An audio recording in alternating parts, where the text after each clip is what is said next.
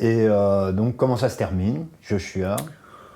Bah, des petits conflits d'intérêts comme dans tous les groupes ou les couples, parce qu'un groupe de musique, pour moi, c'est comme une histoire d'amour avec plusieurs petites copines. On gère les tempéraments de tout le monde. Bah, il y a un moment, il se passe il y a des conflits d'intérêts ou des... Enfin, ça évolue comme dans toute histoire. Donc, Matt était parti bien avant ça. Moi, j'ai tenu 1 an et demi ensuite. Et puis, ça s'est terminé pour moi. Mais j'ai gardé de très bons rapports, surtout avec Senso et Staff de Bruyne aussi. Un peu moins Greg Avo, mais bon, c'est la vie. Et qu'est-ce que j'allais dire ensuite? Ben, qu'est-ce qui s'est passé? J'ai travaillé à la Louvière pour le festival 5 sur 5 de documentaires, donc plus dans la production de documentaires. Mhm. Un peu touche à tout. J'étais plus pour aider les tournages, gérer le son. Un peu, pas être le jury, mais le coach, je dirais, ou celui qui supervise un peu. Donc, le festival 5 sur 5. C'est un festival de l'Espace Dragon, donc une ASBL, et qui promotionnait un peu pour la ville. En fait, ça a été international avant que j'y arrive, puis c'était européen. Ils cherchaient des réalisateurs Oui, c'était 5 réalisateurs qui venaient voilà, de pays de- européens, et toujours un belge ou wallon ou flamand. Euh, et 4 autres venant d'autres pays européens, quoi.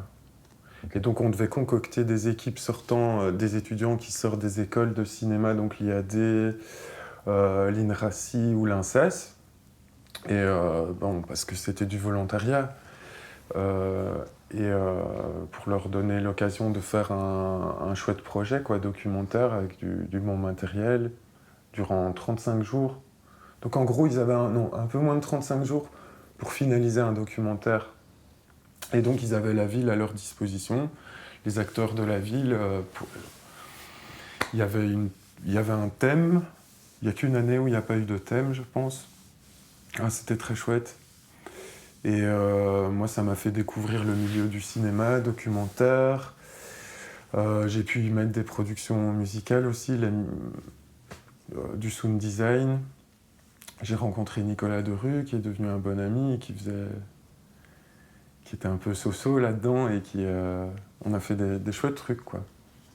Et après ça, j'ai bossé avec Raimi, un Louviérois, et son équipe de gens de Bruxelles et de Wallonie, donc Mendo, prof de danse pour Hip Hop International, donc un concours de danse hip-hop. Donc créer cet événement majeur qui fédère toutes les communautés linguistiques du pays autour de la danse hip-hop et tous les styles de danse, les b-boys, tout ça. On a fait un événement au Vaudeville, Galerie de la Reine, et au Casino Viager de Bruxelles 2 fois. Ouais, si je ne me trompe pas. Enfin, quand j'étais avec eux, ça m'a vraiment plu dans le milieu du hip-hop, que Mhm. j'affectionne beaucoup plus aujourd'hui que le milieu du rock, par exemple. Et ensuite, j'ai repris du service dans la musique. Enfin, et pendant, Bah, j'étais... oui, ça, tu faisais. Donc, c'est ce que j'allais te demander. C'était Donc, une pendant que tu autre... faisais ça, tu n'avais pas mis la musique de côté, tu Non, non, continuais non, je encore à. continuais, mais bon, Donc, il faut se diversifier. Et moi, je suis touche à tout. J'adore le cinéma et la danse hip-hop. Je suis heureux que Raimi soit venu me chercher pour participer à la coordination de cet événement, quoi. Et c'était une réussite. Franco Dragon avait parrainé 1 ou 2 volets au Casino Viager. Senso de Joshua avait été dans le jury aussi une année. Il y a eu Nawel, la comédienne belge qui cartonne en France. Il y a eu Jal, du Jamel Comedy. Donc celui qui fait Tubu Patesh de Portugal, l'hélicoptère. ouais, je vois. Et donc lui, c'est une petite anecdote sur Jal, il est génial. Donc c'est Raimi et moi avions été le chercher à la gare de Bruxelles Midi. On va sur le lieu, c'était au Vaudeville, la première fois où il est venu à 2 éditions. Et donc il avait dit, ouais les gars, j'aime bien m'imprégner de votre culture, la Belgique, tout ça. On s'était baladé dans les rues de Bruxelles, on était allé manger au Super Libanais à Grand Place, et il posait des questions aux passants, aux commerçants, à tout le monde. En fait, on ne l'avait pas vu venir. Il devait faire juste du stand-up comédie, genre 10 minutes, 15 minutes d'intervention sur scène entre deux battles de danse. Mais le mec, il s'est tellement pris au jeu, il est devenu le host, le présentateur du truc improvisé. Il n'a pas demandé plus d'argent. Déjà, il nous a fait un cadeau, question cachet. Et tout ce qu'il avait récolté de la pensée citoyenne bruxelloise, il en a construit des sketchs. J'ai jamais vu une performance de comédien comme ça. C'est du stand-up comédie proprement dit, d'une grande qualité. Il nous a fait un truc de fou.